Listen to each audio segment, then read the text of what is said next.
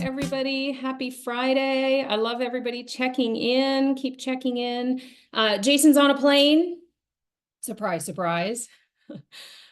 He's coming home from Dublin this week. He was really hoping to shift things to be here. He always tries. Just international flights are a little trickier. Everybody say hi. Happy April, whatever it is. We've got a great guest for you this week, but I will go through our usual rituals to get us going. See, I get so distracted. This is why Jason kicks us off. I get so distracted by the chat. I get so excited to see everybody here every single week. Happy Friday, Bill. The wolf, yes, Kelly, I love that. They found the wolf song. Heidi, thank you. I am good. Okay, so we always kick off by welcoming everybody in the community. You know, we're 5 years strong, apparently 254 weekly episodes strong, which is amazing. If you're new here, please tell us you're new, not so we can haze you, but so we can welcome you. You found your people and your space, I hope. We're going to have Carmel. Hello and welcome. Feel free to drop your LinkedIn profiles in the chat if you like connecting with people and networking. Hi, Nicole and Zane. I love it. Hi, Bennett. I love Bennett. And then we do what Jason calls the most important question you can ask another person. How are you? And Heidi, Barbara's here. Oh my gosh, Barbara, I cannot wait for you to join us next week. How are you? Red, yellow, or green? See, this is why Jason does the top of the show. How are you? The most important question you can ask another person, and not like, hey, how are you? But how are you? Red is maybe a sign of distress, but it's okay to own it. A lot of us flirt with yellow as the day and the week progresses. But somehow when we join up here, oh, sorry to hear that, John and Jessica, but somehow when we meet up here on Fridays, if like this thing just makes us green, does it not? And even just being here together in this space, hopefully we can nudge people closer to green. And Kelly, so sorry you had a red Tuesday. I am green. I'm green. It's been a busy week. My suitcase is open over here on the floor. I'm going on spring break with my kids next week. We're really spoiling ourselves with this one. We're going to the Four Seasons in Hawaii, the one on Big Island. And so far in my suitcase, I have 6 swimsuits and jewelry, and that's it. So that might be my whole week, which seems about right if you're going to Hawaii, right? Yes, I did cut my hair, Megan. I cut like 6 inches off, which is kind of crazy for me because my hair is kind of my identity. I know it's not supposed, it just is. Like I've always just like had all this crazy hair. And so cutting 6 inches of it off is kind of a big deal, but washing it is a lot easier than it was before. Ellie is greenish today. You've been red in the past. Yep, exactly. Own it. If you're not green, it's okay. And we can reach out and connect with each other and do something to lift each other up. White Lotus. JC, I just watched the first 2 episodes. I had no idea what I was getting into. I know a ton of you are fans. This show is so viral and popular. I'm always late to the game on anything. I never watch anything in a timely fashion. I just watched the first 2 episodes, and the fact that I'm going to Hawaii is hilarious to me. And Frank is green. That's awesome. Oh, I love hosting your annual St. Patrick's Day tomorrow. You were in Costa Rica. Oh, well, a delayed St. Patrick's Day party is always a good party to have. The next thing we do is one big thing. And I would love everybody, we like this one because it's a way to reflect, whether you're red, yellow, or green, it's a way to reflect on how your week went personally or professionally. I love it, Opal. All I need is the swimsuits. I agree. One big thing from the week, it doesn't have to be, it's just a reflection moment. It doesn't have to be an accomplishment, although often it is, and it doesn't have to be professional.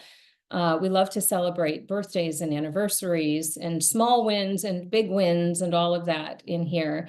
And this is always my favorite part to read from the chat. So tell us in the chat your one big thing from the week. Megan, happy birthday Eve. I love it. John has new fencing around the upper deck on the canyon, was completed by the contractor. I love it. So you're going to spend the weekend out on your deck enjoying your new views. Jessica started a new planner. Okay. I feel like we were the same child, Jessica. My favorite thing to do was organize my desk and get planners and calendars that I could write in. My youngest, Bailey, is exactly like me. She's always asking for new notebooks and diaries and planners. Every time I come home from a conference with swag or like an industry event, I always have like notebooks, branded notebooks that everybody gives you. She's got like a stack of them. If you're a vendor in the space, Bailey has your notebook. Oh, Nicole, I'm kind of guilty of that too, once in a while. Kelly, a vendor solicited your attendance and it advised. Woo, Kelly. Okay. Expert Kelly in the room. I want to know what the topic was. You're absolutely an advisor and an expert in whatever they wanted your point of view and experience on. You've got Ben, I was going to say, Ben Admin, Benefits Administration. I love it. Congratulations. Let me see. What else did I miss? Christine walked across the BK Bridge last night with my remote team. Oh, you went on a walk and talk with your remote team. Were you in person and they were seeing it for the first time? I love that. Either way, I love that.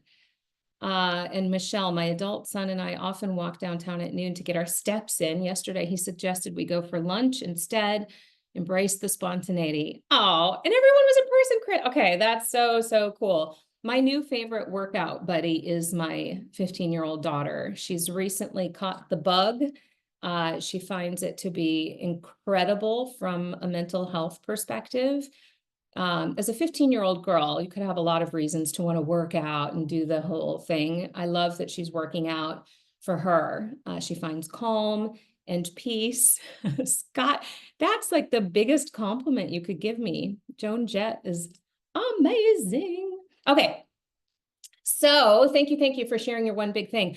I want to comment really quickly. Actually, not quickly. I'm gonna comment on my one big thing from the week, which is a 4-hour course I took by Section School. I'm getting a little disillusioned, disgruntled, a little salty, you might say, around AI.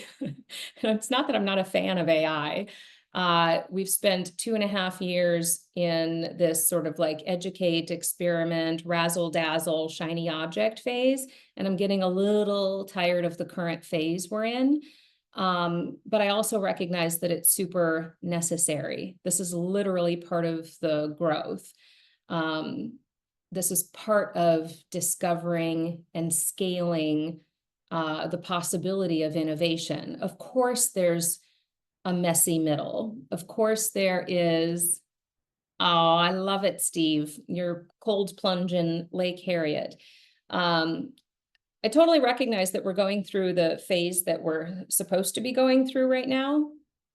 And I think that if any of you are feeling a little tired, a little impatient, you're getting a little, this is the trough of disillusionment phase. If you follow Gartner's hype cycle, it's the 3rd phase. And after this comes the slope of enlightenment and then actual productivity and impact. Yeah, it's a real thing. Go out and look up Gartner's hype cycle. And so for me, as an industry analyst, as a technology advisor, as somebody who watches and studies the market very closely, I see a lot of razzle dazzle and I see a lot of use cases and I see a lot of features and functionality and a lot of promises. And unfortunately, we also see a lot of press releases before we see actual product and productivity. And it's really hard. And I can imagine, and I do this every single day. I live and breathe this stuff. And if you're trying to do your day job and exploring the market and understanding innovation and figuring out what's next, if that's kind of like side of desk work for you, it must be completely daunting and distracting and frustrating. And it's and it's only getting worse by the day. Like the headlines come fast and furious, and understanding who the players are and what to be ready for. And now we're doing agents. It gets to be a lot. And so I'm embracing my saltiness. I think that's part of what pushes us into the next phase. And I overcame that by taking a 4-hour course called Become an AI Leader in a Day by Section School. Mercer has a great partnership with Section School. We provide an HR course to get everybody fluent and confident and hands-on with AI. Please tell me in the chat if you've taken that course. So we partner with Section to provide this AI course to HR to help get everybody ramped up a little bit more quickly. I took this as a personal learning opportunity to embrace my saltiness and my disgruntled nature. I really just needed fresh inspiration, and I needed to know that this is grounded in critical thinking. We've got good people at the helms everywhere. And so I can't say enough. This was a free course. They offer both paid and free courses. I'm going to find the link to their website. Follow Section. Follow all of their stuff on social. They share like crazy. Yes, of course, they monetize some of their offerings, but they're pushing out so much great content to educate not just HR and industry. Yes, it's called Section. But this is for healthcare, education. It doesn't matter what industry you're in. And I'm so happy I took this course. I'm going to share a couple of slides with you, and I want to see what your reaction is. I learned so much. I have pages and I type notes while I'm doing something. It helps me like consume the information. If anybody wants my raw notes and all of my screenshots, message me. I'm happy to share. You had to be signed up to the course to get the recording and the slide deck. But again, go to their website. Yes, it is called. Okay, I like it, Leo. Maybe a good idea, maybe before the end of the year, to have on why one can trust. Yeah, trust is a huge issue. And we're not doing a good enough job of talking about AI impact. Every time we survey like workforce data, people still have a lot of fear, uncertainty, and doubt, and we don't trust it to be good for everyone. We know there's possibility and potential and opportunity and all of that. We're smart, educated people. So we get that there's an upside. We don't trust that this is going to be evenly applied for opportunity and impact for everybody. It has to be about more than the bottom line. It has to be more about productivity and efficiency gains for the business. And so one of the best takeaways, honestly, of the whole event was how to make this personal for everybody. We went through some exercises where, I use AI every day. I feel like I'm a pretty expert prompter. I feel like I use a variety of tools, but even and I don't profess to be an expert, I profess to be a student. I'm a student of AI every single day. I learned so much. And when you make it personal and you give people tools and you let them explore in a safe, risk-free environment, and you let them paint their own picture of upside for them, guess what? People get more excited and they want to be part of the solution. They want to help design and build things for scale. But the thing I want to share, blah, blah, blah,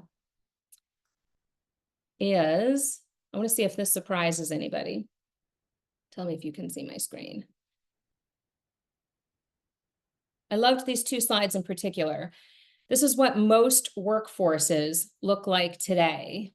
You can see the number of employees and then the value, and I kind of hate value of workers, but worker value on the bottom. So today, the typical workforce has a few of low-skilled, so you could say low-value workers, a few of those. Most of our workforce is medium value, medium skills, and even in terms of where your payroll is probably distributed, most workers are worker bees, and that's not a bad thing. They might be highly productive, high value adding, strategic, proficient, most of your workforce, and this is probably a good thing, is squarely in this medium column.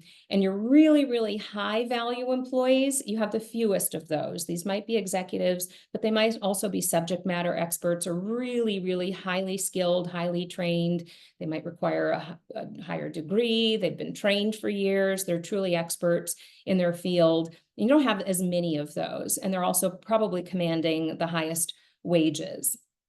So that's what the workforce looks like today.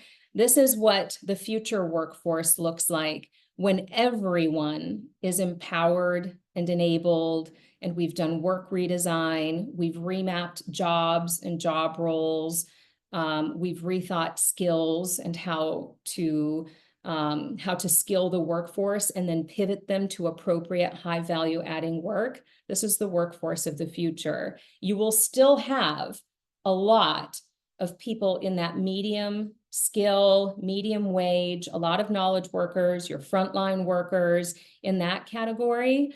But with AI, more workers become high value. You'll put more workers in that category and look at what happened to the low column. I'm going to stop screen sharing. So, oh, you're not seeing the visuals. God dang it. I was not sharing my screen that whole time. God. I had it full screen in front of me. Yeah, JC, I can send it to you and make it a public link maybe, and we can drop it in the chat. So sorry about that. Okay, I talked through that whole thing. The point being, if you look at the future workforce and the way workers are distributed, you're still going to have a ton of workers in that middle range where they're knowledge workers, frontline workers. That's the bulk of your workforce, but you're going to move more people out of the low value, low skill, low wage workers, and you're going to move them into high. That's a really important visual from a work redesign, but also how AI impact on the workforce perspective. There's a lot of our fear and mistrust of AI is that it's just going to wipe out jobs, which are held by people. So wipe out people. And I think it's important for us to wrap our minds around what can happen if we design thoughtfully and if we use AI for skilling, closing opportunity gaps, moving people along learning and development pathways. Anyway, sorry, I wasted that opportunity to share that visual with you. I will share that those two slides with JC, and she'll create a public link and we can drop it in the chat. But I can't wait to have the next conversation we're going to have. So that's my one big thing. I solved my own, I don't know if I solved it. I treated my own saltiness with a little bit of inspiration and education to really move myself into sort of the next phase of opportunistic thinking and the true impact we can have for everybody. I hope everybody finds opportunities to do that, whether you're doing it with peers, you're aligning yourself to kind of innovation groups, you're hacking your own jobs, you're exploring new tools. I also grabbed like a whole laundry list of new tools I want to try that seem like they would be really useful to me in my work, which is a lot of research, content production, writing, thought leadership, analyzing the market trends, detecting market trends. I could use a lot of help there in my own self-research. So happy to share my tools with you too. Okay, so I can't wait to get Chuck on. Let's get Chuck on as our guest today. One of the biggest use cases and opportunities for impact I see with AI is around personalization.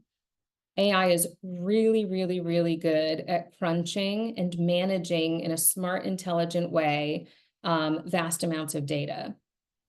And for what? Like, what's the so what of that? There's Chuck. Welcome, Hello. welcome. How are you? Did you like my 5-minute screen share with nothing?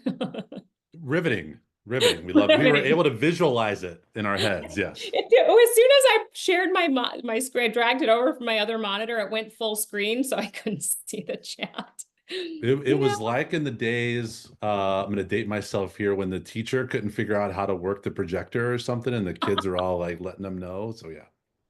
Here, I'm going to grab this link really quick.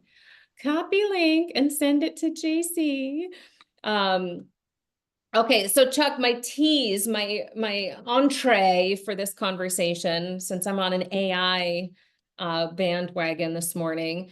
Um, Everybody talks about AI for proficiency, for finding more productivity, doing the same things faster. We're just going to get more productive and efficient with all of the ways we've already been working, all of the things we've already been doing, which I think is such a short-sighted way of looking at the real opportunity of artificial intelligence. If it's truly, truly AI, it's not just regurgitating data. It's not just regurgitating content from the interweb of things, which is one big knowledge base. You're actually using it to make hypotheses and draw potential conclusions and make suggestions, and lo and behold, maybe offer personalized, individualized recommendations that are based on context. You're putting lots of data in context and making it meaningful and relevant for users. That's one big way to think about AI that can help all of us, that can make it meaningful and helpful to all of us. And I know from a corporate communications, from an enterprise change and leadership and communication standpoint, that's a huge opportunity for us. So before we get into that, I'd love you to say hello to the community, introduce yourself, a little bit of your background and what you're doing these days, and then we'll kind of take it from there. Yeah, so longtime listener, first time caller. Thanks for having me join. Yeah, my name is Chuck Gose. I'm the founder of ICology, and we'll get into what that is a little bit later. But my background is all in internal communications and technology. And so that's where I've spent the better part of my career, is either in the comms world talking about the value of technology, or in the tech world talking about the importance and value of communications. And I love the AI conversation. And you were talking about some of the, is it a strength? Is it a threat? How are people evaluating it? You shared some of your saltiness around Yes. it. What I challenge people to think about is the way it helps us be creative in new Mm, ways. Yes, there's efficiencies and productivity and personalization, but I have found AI allows me to be creative in ways that I wouldn't even know how to articulate to an animator or a designer or someone like that. So, in ecology, I know April Fool's Day is not everybody's favorite holiday. However, I like to have a little fun with April Fool's Day, and using AI let me create some pretty amazing content that yeah. I would have never been able to do otherwise. So either that, or use it in your personal life some way before you bring it into work. So when they announced the deep research tool that Yeah. OpenAI came out with, I used it to help me find my son his first car, Mm, and what was the right first car, and here's all the options I'm looking at, and looking at the mileage and age of the car, what's the best investment, all that, and I let ChatGPT help me do that research. So I think we've just scratched the surface, and I get there's some fatigue probably from some people, but there's still a lot of opportunity out there. for sure. And for me, the fatigue is because we're still kind of messing around with it. And we are doing things like making cartoons and graphics and mocking up things that are like, I mean, that's a cool thing. I was on a podcast. So I'm not, I don't want to, that's the necessary experimentation part. Everybody needs to get their hands dirty. In the training I attended this week, they said, get your hands filthy, like literally, test models, like don't be like, and a lot of the free models have incredible functionality and a lot of capability. So without even getting to, pro and paid versions, all of the free models that are available out there are like the biggest creator toolkit we've ever had, to be Hmm. honest. And so there's very little fear or barrier from an individual user perspective to get out there and play and test. I was on a podcast earlier this week and somebody asked me my favorite tool and use case. Pretty common question. I said, to be honest, it's personal. I run a nonprofit. It's not my day job. There's no way this nonprofit, which is like near and dear to my heart, could operate almost single-handedly with very few volunteers if I didn't have Canva's granted paid pro suite and their magic studio of tools. I use it for everything: social media management, marketing, website management, brand, manages my whole brand library, runs social campaigns. Like I create stuff in seconds while I'm on a call, maybe even like the fact that I can, like and granted, maybe that was a designer once upon a time. Maybe that was a social media manager once upon a time. But designers and social media managers and comms people and creators, they're using them too. It's not displacing, it's making everybody more innovative, better, faster. So I think that's the point, that everybody should get in and start playing with these things and figure out how to get wins that make sense for you. Don't think about it as a displacement for important work, but a better option for sort of the run-of-the-mill work. I want to talk about comms a little bit more, communications. You don't have to be an internal communications professional or a corporate communications professional to feel a sense of ownership and responsibility over like comms strategies.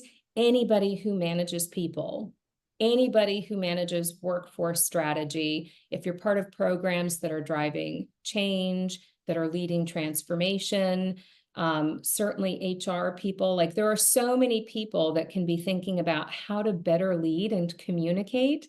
And that's where I love the power of some of these new innovative tools to create something that's more relevant and meaningful to people, just from a pure communication standpoint, but even how we lead people, how we treat them, how we talk to them as if we know them.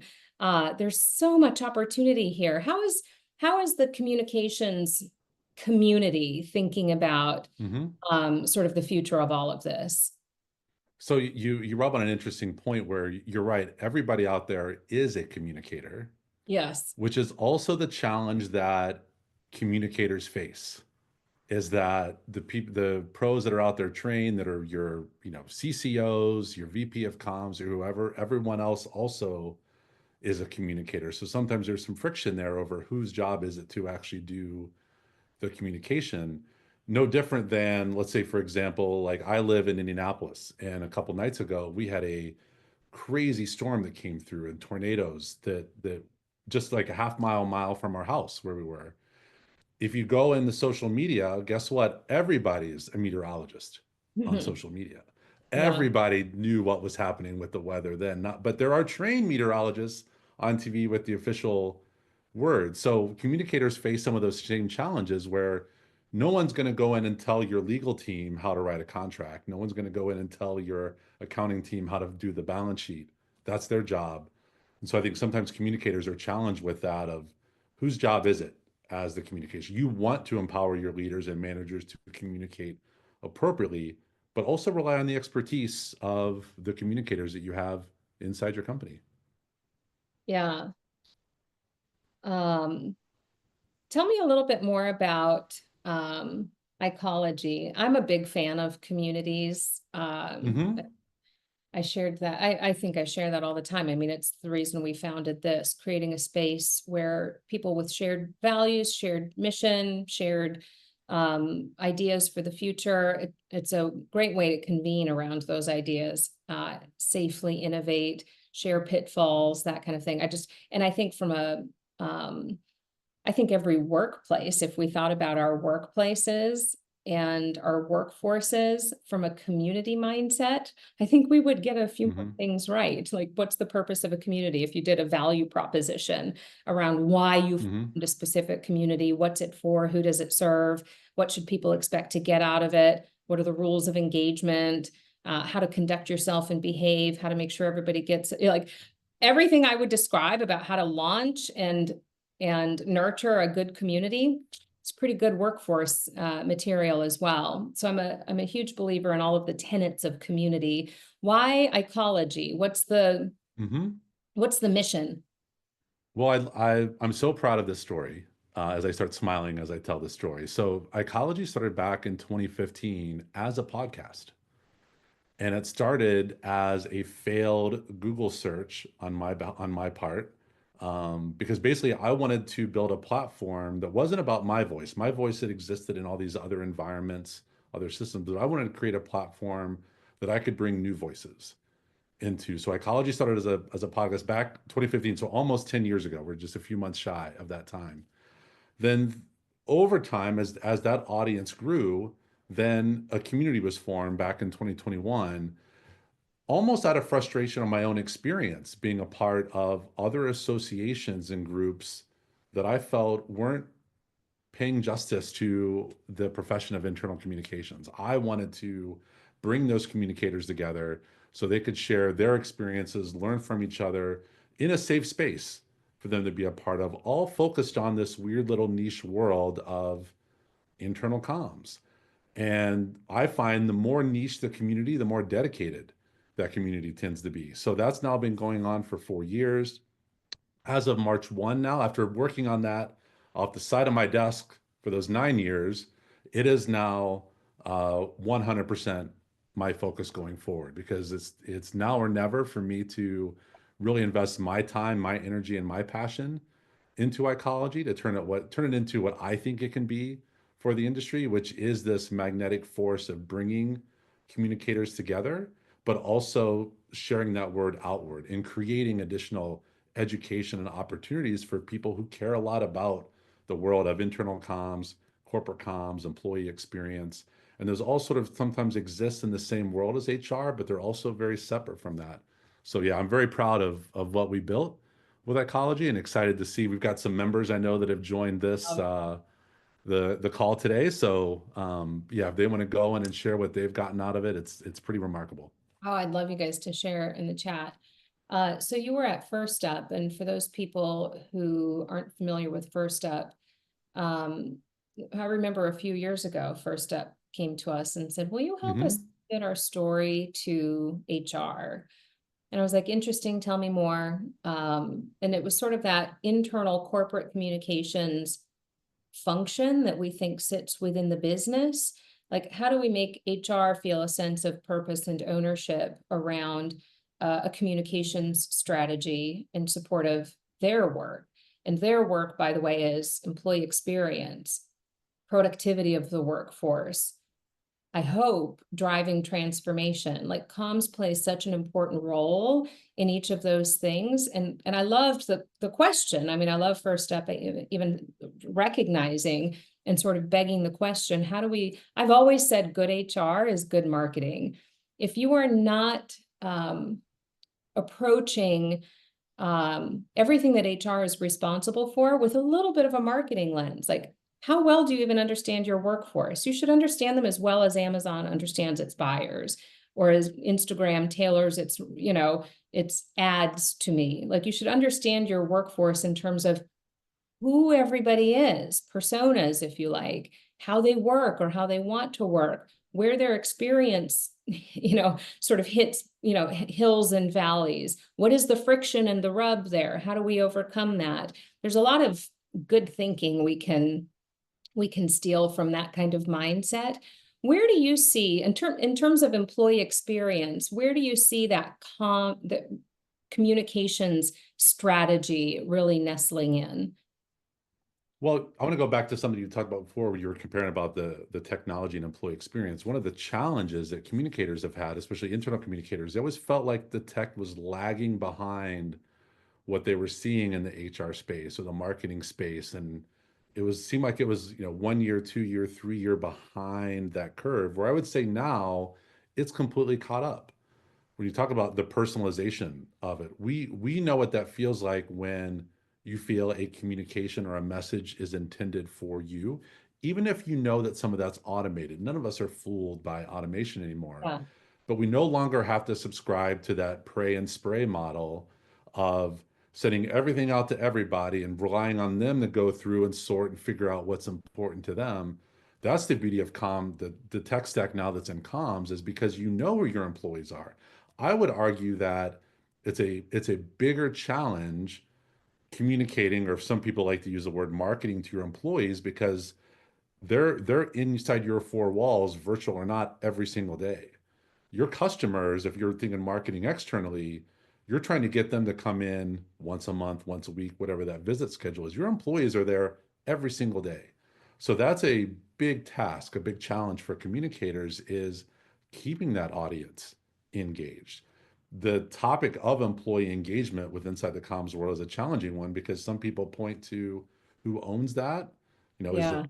does comms own engagement? Does HR own engagement? I'd say it's more of a byproduct of the relationship between comms and HR. If one of those groups is not living up to the standard, employees are going to disengage, and it's not their fault. I think we put too much burden on employees when they disengage. It's more the organization's fault Mhm. if employees disengage.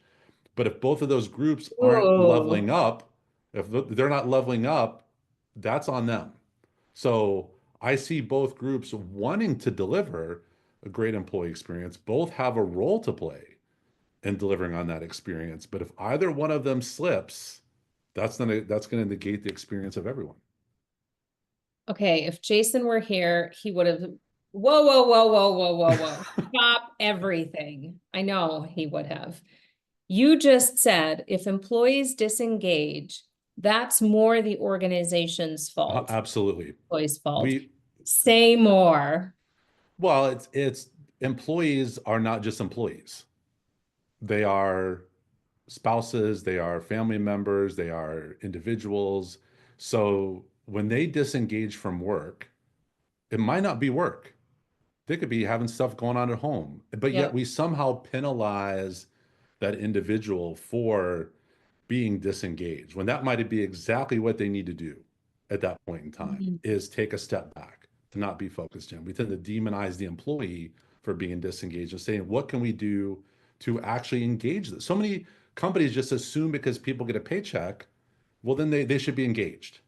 Well, you've never earned that engagement. You've never done anything beyond the paycheck to even expect that. So who I want to see who's every finger point. I don't know, I can't see the full comment, Yes. but the it's not For about every ownership. finger pointing at the employee for being disengaged, there are three pointing back at the company and leadership. Mark, brilliant. Yes, love it. We blame the employee for it when I think it's actually at the engage. Like when I see organizations report out high engagement numbers, 70%, 80%, 90%, I don't believe it. Yeah. I don't believe it. I think they're whatever they're measuring is not engagement. Mm. I think Oh, this just got really good. when I see companies reporting low numbers, then I believe it. Because to me, they're actually trying to get to the problem. They're actually Mhm. trying to figure out how can we really build engagement. And I'm not talking about great survey results and we've got 90% of our people to fill out the survey and they approve of leadership. I'm talking Yeah. about actually owning the business, being a part of the team. I mean, so my background is more in manufacturing comms, frontline comms.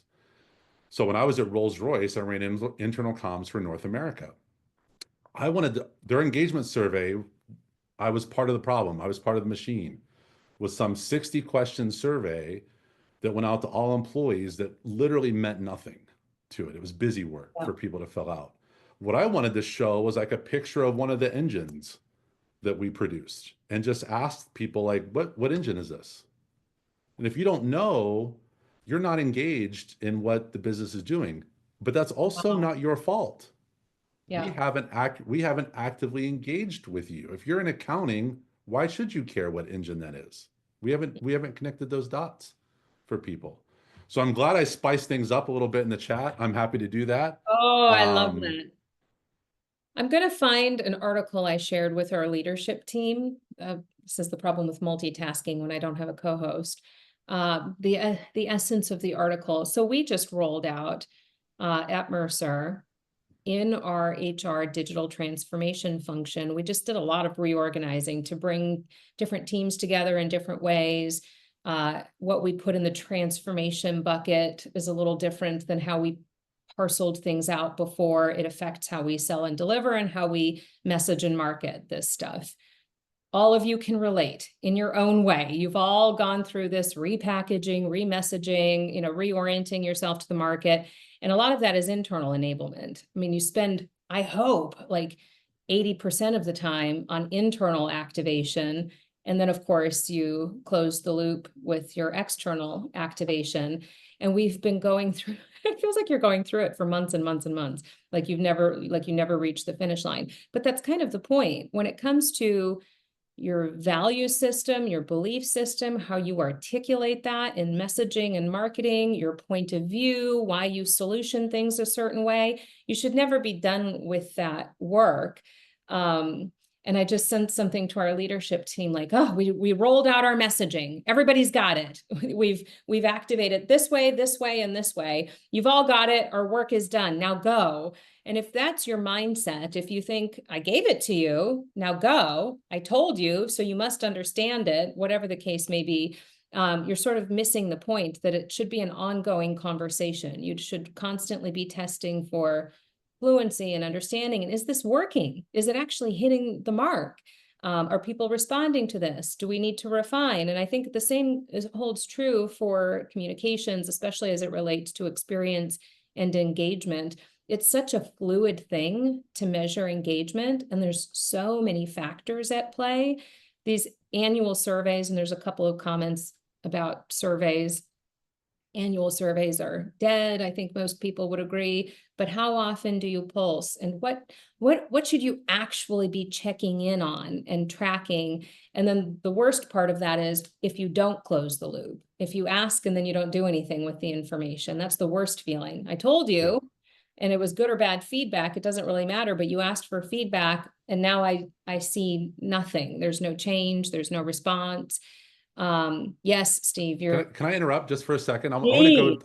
I want to use the chat now, Jess. Yeah, go for it. I want to find out who in the chat subscribes to survey fatigue.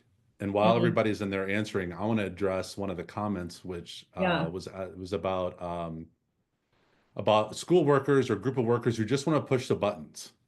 And I won't say and don't want to know why. I actually don't care why they push the buttons. For some people, work is just work. It's just work for them. It is just a paycheck. Okay. And again, Yep.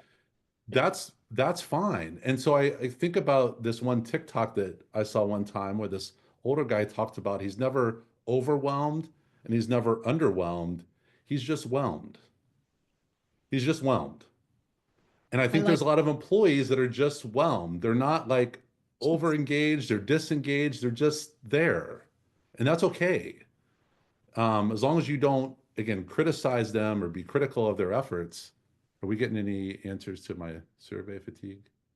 Zane says it's not survey fatigue. The fatigue is with leadership running us through the check the box measures and not taking any action on the feedback provided. So yeah, I actually think I've criticized our comms universe for using that. I call it a comms-plaint, where they use it as a complaint around doing it. I don't think there's actually is such a thing as survey fatigue. No one's literally collapsed from filling out a survey. It's this sort of over-indexed word that we think about. And it's an excuse not to go to employees, like, oh, we don't want them to have survey fatigue. Like it's an actual medical condition that we're gonna put them on. What it is sort of what Zane talked about. It's more, yes, Opal, yes, but did you die? Yes, that is correct. It's more around that employees are just, to what you said, Jess, they're tired of giving their feedback and nobody doing anything with it. And a really great friend of mine, if I could leave with one piece of advice around surveys, a great friend of mine has this great quote: only ask what you can act upon. If what you're asking employees you can't do anything about or change, why are you asking them? Now, if what you're asking them you can actually make a decision on or make a change on, ask, but then deliver on that, what they say. But if you can't make any changes, don't ask them. So, funny story. I'm like a serial transgressor when it comes to completing required. I don't even know what that means. What does that mean, a serial transgressor? Serial, multiple, all the time. Transgressor. I'm always in trouble. Oh, guilty as charged. Yes, absolutely. That's why we get along. Required corporate training, I'll do it in like a year. So I just did. And like literally and I'm like, here I am admitting it in a public forum. My computer was basically ready to shut down until I did our required annual InfoSec training. Like I kept getting these pop-ups. I'd be working in different applications. It's like, Jess, you're way overdue on your required training. Jess. Finally, I'm like, oh my gosh, I'm just going to do this required training. And And I'm so glad I did. I even messaged Jason. I said, guess what I'm doing? My required training. I know, don't be that person. And he sort of laughed. Are you learning anything? You know, chuckle, chuckle. Did you learn anything? I actually did get something that I really, really like. It was on data privacy. I'm going to tie this to comms. Don't be greedy and don't be creepy. When it comes to data collection, back to the AI conversation, when it comes to data collection, don't ask for more than you need for legitimate business reasons, and don't be creepy. Like, it's got to be relevant. You're not Mhm. asking me for data so you can go resell it, that kind of thing. Don't be greedy and don't be creepy. What a great lesson when it comes to data. But back to like surveys and communication, if you're asking me something, I assume you need it. Like, there's a legitimate reason you are collecting this piece of information from me. I fully expect you to do something with it. Or don't ask me for it. Don't ask me what I thought of this if that product feedback isn't being used for something. Don't ask me if I like this new policy if you're not going to listen to what people are saying. Uh, Everybody who's doing hybrid versus return to office workforce policies, like, if you're asking people, how do you work best? What can we do to support you in that environment? Like, that should guide your policy, not some ivory tower decision that we believe everybody's going to be more productive in the office. I am like 10% productive in an office environment than I am when I'm able to sit down in a controlled environment where I can put up the necessary, you know, um, kind of guardrails around my work and what I need to get done. I can limit distractions and that kind of thing. So sometimes I see these things, I'm like, did you ask people? Or are you assuming? And so that's, I think, the comments on the survey fatigue. Are you like, great if you're trying to challenge assumptions, but then do something with that, or you sound tone deaf. Well, and I would ask everyone the two lessons you learned, the don't be greedy and don't be creepy. Let's just level that up to life. Those are Yes, just good life. Those are just good life learnings. If we can all just out in the world, don't be greedy and don't be creepy, then I think this world would be a much better place anyway. So that might be the title of this show when it goes in our podcast I love channels. it. Don't be Love it. greedy and don't be creepy. So what's the future of tech in this world? I already said I'm a big fan of AI for hyper personalization, better data management. Like, there's so much information. There's so much information you have about your workforce that you're not doing anything with. Amazon Mhm. knows more about your workforce than you do. I promise you. And so if we were better able to like contextualize who's in the workforce, how they work, what skills they have, what skills they want. Like, you don't even have to collect much more data to be smarter with it, which is a huge use case for AI and personalization. It applies to comms. But what else are you seeing with sort of like what's next with all of this? I think there's the what is actually next versus what I want to be next. Yeah. And so when you think about, depending on the data source you look at, 70 to 80% of employees out there are deemed frontline employees. So these are people who aren't like you or Uh, I who are sitting at a desk or whatever. They could be everything from a cashier at a grocery store to a retail clerk to a manufacturing assembly line worker. And so what I want to see happen is finding out from those employees, like, what do they want? What do they want from organizations? I think so often companies are making guesses and they're sort of throwing platforms and throwing tools at employees and expecting, again, like we expect engagement. We're like, of course we gave them this tool. Of course they're going to use it, much like we talked about AI. And employees are like, but why? How is this making my life better? How is this making my job easier? How is this helping me be more productive, make more money, be more efficient, whatever those that employee's goals are? I want companies to find out those answers first mhm. before they just start throwing tech at the wall and seeing what sticks. And I think that's what was happening during that catch-up period, where all of a sudden a lot of really great technology out there now that did not exist when I was a day-to-day communicator and has caught up to this time now, is find out from your employees actually what do they want, because then if you deliver, the companies that deliver what employees want will win every single time. If Mm, employees say like, what's too much, what's too little, adhere to that. If they say we want to hear from these people and not those people, adhere from that. So I think that's the companies that are going to win, the companies are going to retain employees, and employee retention is this massive topic in HR. Ask employees what they want. And if you deliver what they want, then employees will come back and more, and they might want more of this or less than that. It's constantly getting that feedback loop with employees. So yes, personalization is important. Access is important. Looking at accessibility of it, making it easy for employees to use. Don't make them jump through all these hurdles. And I don't know if this is an IT crowd or not, but So, multi-factor stuff where it gets tricky and you've got to check this and check that. Employees are going to pass. I'm out. Like yeah, it's got to be easy and simple. I get that security is important, but at what cost of it? So make it accessible, make it easy for employees, and it can be fun. yeah. Let employees share themselves. Let the employees be a part of the conversation. That's what now technology is letting employees do, is actually be part of the conversation. Whereas before, due to limitations, everything was one way. Everything was top down. Now there's this democratization of communication at play where employees can now become part of the story. So the easier that becomes, and there's a lot of distrust from leaders. Somebody had in here, employees are not the enemy. Amen. They are Mhm. not. But I think a lot of leaders are afraid of what employees might say. So if you're afraid of what your employees are saying in there, guess what they're saying where you can't hear it. Yeah. So fix the problem. Don't just run and hide from it.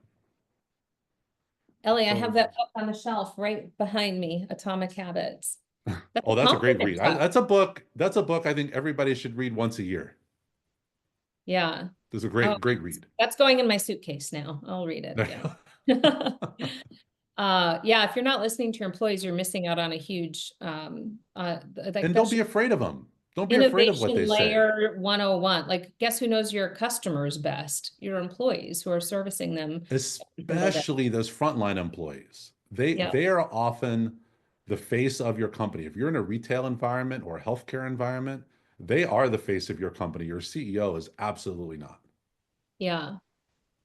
When I start a Target, I almost never go into Target anymore. I pick up. Everything's pick up or order. If I start a Target cart, oh my God, it will remind me 5 times, your Target cart is waiting. It will keep nudging me and pulling me back. Can you imagine if my systems had properly nudged me to go in and complete that training, other than like flashing, like, Jess, come on Or back. just, but would that have made a difference though I don't for know. you? Right. Yeah, for me, probably not. I love this conversation, and I think we can learn a lot. We always say it's 2025 outside of work. What year does it feel like inside of work? We're all consumers. We're everyday consumers of life. We're used to, I always see these stats about, how tech adoption, like people won't adopt new tech. I think we're thinking about it the wrong It's a way. cop out. It's a It's a cop out. cop out. That means you slammed tech in the door and announced it. You announced that this is what we're doing now, and you told people it was live, and you told them to start using it, and you kind of forgot to put them at the front of that equation, which is, what do you need? How would you use it? How does this look if it's successful? How would this make your life easier? Okay, great. We're going to design that for you.